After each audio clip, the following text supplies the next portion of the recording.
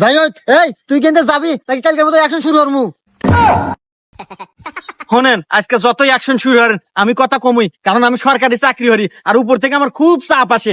এই যে আপনারা টিকটক করেন, অযথা সময় গোনা নষ্ট করেন, ঘুরে ফিরে এগুলা নোংরামি করেন রাস্তার ভিতরে, এগুলো হলে আপনারা কি পান কন্ত?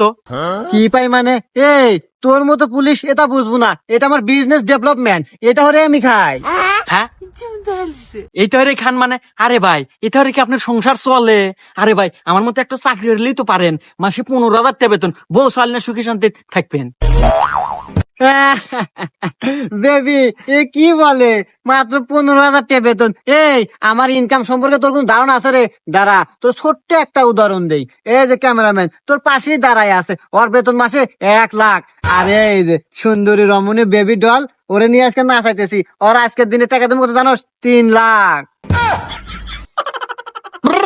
বাবলু, ক্যামেরা রেডি কর।